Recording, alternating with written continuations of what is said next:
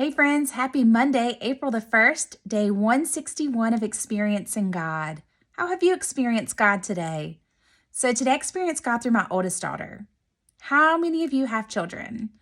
I often find that the Lord really speaks to me through my children or teaches me a lesson through my children or is always getting me to, figure something out through my children.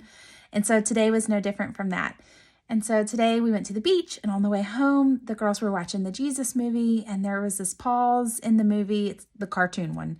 And there was this pause in the movie, and I said what I thought the next line was, and my oldest daughter was like, "No, Mommy, it's let the little children come to me." That was the next line.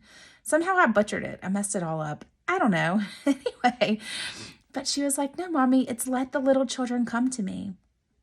And so I was thinking about that today, and even just her precious little faith of, her wanting to have a relationship with Jesus and her coming to Jesus, and how we as parents are to steward that in our children.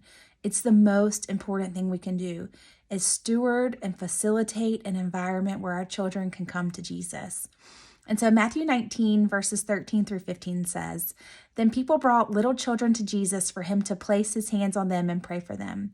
But the disciples rebuked them." So these little children, their parents brought them to Jesus to be prayed for, to be blessed. And the disciples rebuked them. They were like, "No, he's too busy. He doesn't have time for this. This is, way less important than what he needs to be doing." And so verse 14, Jesus said, "Let the little children come to me, and do not hinder them, for the kingdom of heaven belongs to such as these."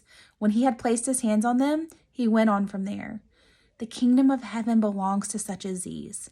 The childlike faith, it's so important for us as parents to teach our children about Jesus, to facilitate an environment where they can know and love Jesus. Our children's souls are on our hands. They are. It says, don't hinder them from coming to Jesus. Our children's souls are on our hands. And so there is an age of accountability. And at that point, it is the child's decision. But we are held somewhat responsible for our children, whether or not they know the Lord, because it's our treasure. Children are a gift from the Lord. He gives them to us so that we can nurture them and love them and raise them correctly. And part of that is fostering an environment where they can come to the Lord. Jesus said, "And do not hinder them, for the kingdom of heaven belongs to such as these." And it had me thinking about how often in this culture, in this American culture, do we hinder our children from coming to God and from coming to Jesus because we don't place a priority on that. So many people, myself included, but so many people use the weekend to do all these other things instead of worshiping Jesus, instead of showing your children how to go to church, and how even when you don't feel like it, you go anyway, you worship anyway, you bring your children to Jesus anyway. And so Jesus himself said, "Don't hinder the children from coming to me."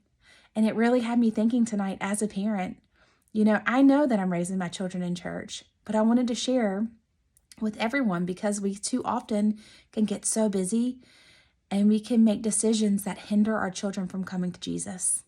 And that's not what he wants. So if you're a parent tonight, look at the choices you're making. Look at, how you're raising your kids. Kids aren't automatically just going to love Jesus. They have to be taught how to walk into that relationship. They have to see you do it. They have to see that it's a priority to you. If it's not a priority to you, it won't be a priority to them. So don't keep your children. Do not hinder them from being in a relationship with Jesus. I love you guys. God loves you. He wants the little children to come to him. They're so precious and so important to him. Let us not hinder them. Have a great night.